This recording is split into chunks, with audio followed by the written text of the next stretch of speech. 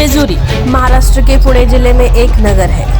यह खंडोबा के मंदिर के लिए प्रसिद्ध है। मराठी में इसे खंडोबाची जेजुरी या खंडोबा की जेजुरी के नाम से जाना जाता है। खंडोबा, खंडेराया, मल्लारी, मार्तंड आदि नामों से प्रसिद्ध महाराष्ट्र और कर्नाटक प्रदेश की बहुसंख्यक जनता के कुल देवता है। उसकी उपासना निम्नवर्गीय समाज से लेकर ब्राह्मण तक सभी करते हैं।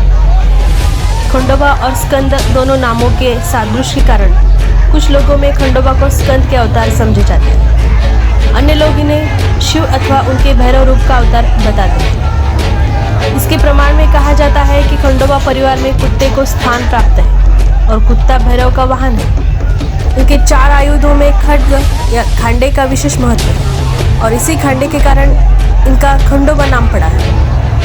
खंडोबा के संबंध में यह भी कहा जाता है कि वे मूलतः ऐतिहासिक वीर पुरुष थे।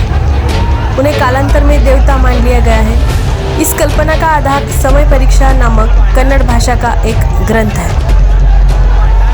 खंडोबा के सेवक के रूप में बाग्या और मुरली का उल्लेख किया जाता है। बाग्या को तो लोग कहते हैं कि वह खंडोबा के कुत्ते का नाम है। मुरली खंडोबा की उपासिका कोई देवदासी थी।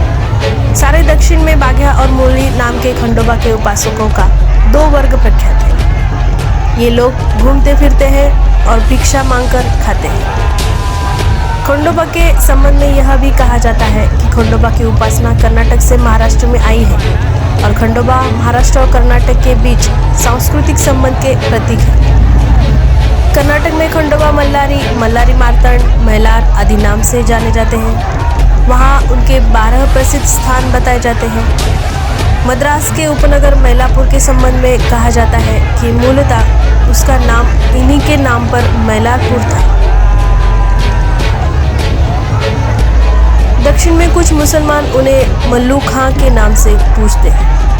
महाराष्ट्र में इनके कन्नड़ नाम मैलार का संस्कृतकरण कर मल्लारी महात्म्य नाम से एक ग्रंथ की रचना हुई।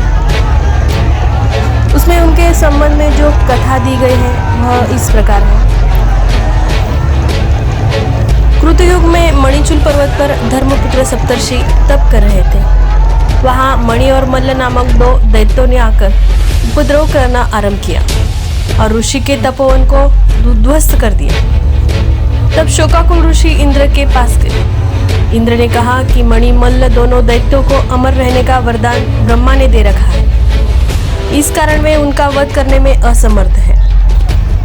उन्होंने ऋषि को विष्णु के पास जाने की सलाह दी। ऋषि विष्णु के पास गए। जब विष्णु ने भी अपनी असमर्थता प्रकट की तब वे शिव के पास गए। शिव ने जब ऋषि की दुख गाथा सुनी तो वे दुखी हुए और उन्होंने मणि और मल्ल के विनाश के लिए मार्तंड भैरव का रूप धारण किया और कार्तिकेय के नेतृत्व में अपने 7 कोटि गणों को लेकर मणिचूल पर्वत पर पहुंचे। वहां उनका मणि मल्ल के साथ तुमुल युद्ध हुआ। अंत में मार्तंड भैरव ने मणि के वक्षस्थल को विदीर्ण कर दिया और वह भूमि पर गिर पड़ा। गिरने पर उसने शिव से प्रार्थना की कि वह उसे अश्व के रूप में अपने निकट रहने की अनुमति दे। शिव ने उसका अनुरोध स्वीकार कर लिया। इसी प्रकार मल्ल ने भी मरने से पूर्व मार्तंड भैरव से अनुरोध किया कि मेरे नाम से आप मल्लारी नाम से ख्यात हो। तब सप्त ऋषि ने भयमुक्त होकर मार्तंड भैरव से स्वयं भूलिंग के रूप में प्रेमपुर में रहने का अनुरोध किया और उन्होंने उनका भी अनुरोध मान लिया। इस प्रकार मल्लारी की कथा प्रख्यात हुई। मल्लारी अर्थात खंडोबा को श्वेत अश्व पर आरूढ़ अंकित किया जाता है। उनके साथ कुत्ता रहता है। उनके हाथ में खड्ग और त्रिशूल होता है।